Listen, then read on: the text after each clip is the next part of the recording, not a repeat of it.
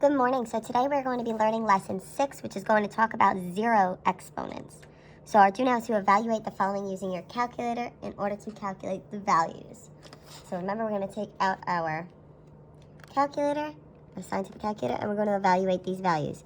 For example, remember, you always type the base in first, so I have the 2. Then in order to put it up to a power, we use this caret to the, and then we type in the exponent. So here is -3.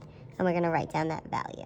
So we're going to do this for every single value here. So pause this video, do that, and come back to check your answers. Alright, so looking at this do now, the brainstorm asks if you notice any pattern. So this do now is actually going to be something that we're going to be using in this lesson and in lesson 7 as well. But what we want to look at here is we're looking for the zero exponents here. So we want to look at the questions. So we have 2 to the 0. And we have 3 to the 0. And we want to see, is there anything we notice about the result here? So 2 to the 0 was 1. And 3 to the 0 was 1. So do you notice any patterns? So both 2 to the 0 and 3 to the 0 were equal to 1. So then what do you think would happen if we had 4 to the 0? Well, let's take a look and try this. Let's take our calculator. And let's try 4 to the 0, and let's see. 4 to the 0 gave us 1. What do you think would happen if we had 5 to the 0? 5 to the 0 gave us 1. What do you think would happen if we had 6 to the 0? It would give us 1. What do you think would happen if we had 100 to the 0? Well, that gave us 1. So that brings us to our rule about zero exponents. So if you flip over, we have our rule for zero exponents. So any non-zero number to the 0 power is going to give us 1. So anything to the 0 power gives us 1. And tomorrow we'll prove that more when you see that pattern that I said that we're going to talk about for our next lesson. So here are some examples. So first I have 5 to the 0 here, and 5 to the 0 gives us 1. Another example could be if I had x to the 0. Even though we don't know that value of x, we know the rule is any number or variable to the 0 power is going to give us 1. So now this next example is a little bit different. We have 5x to the 0. Now technically, there's an invisible operation holding the 5 and the x together. And that's really an invisible multiplication symbol. So what this is really saying is take 5 and multiply it by x to the 0 power.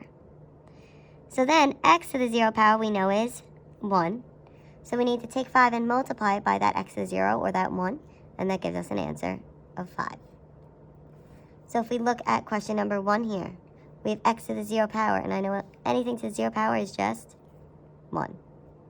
Here I have 3 to the 0 power, and 3 to the 0 power is 1. And you can always check this by typing it into your calculator, 3 to the 0.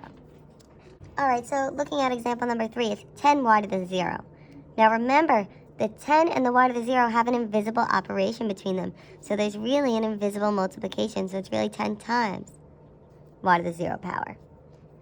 So this is 10 times, well, y to the 0 is equal to 1. And 10 times 1 gives you just 10. So your answer is 10. Here we have 6 to the 0 times x.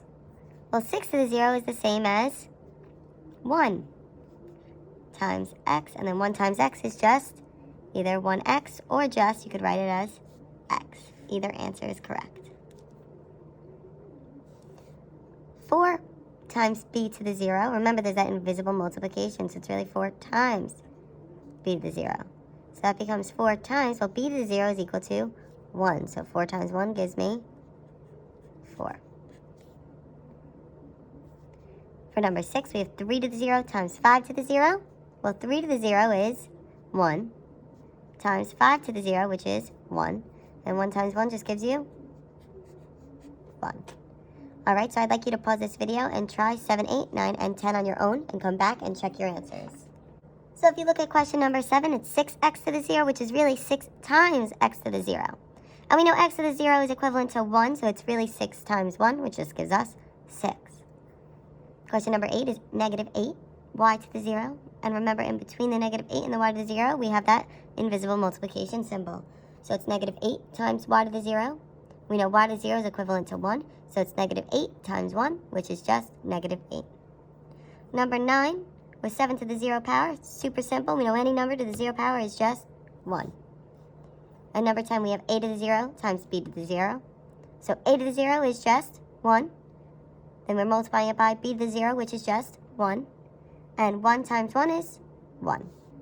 All right, so now you're going to complete practice worksheet number 6. If you have any questions, please comment on this video or in the Google Classroom.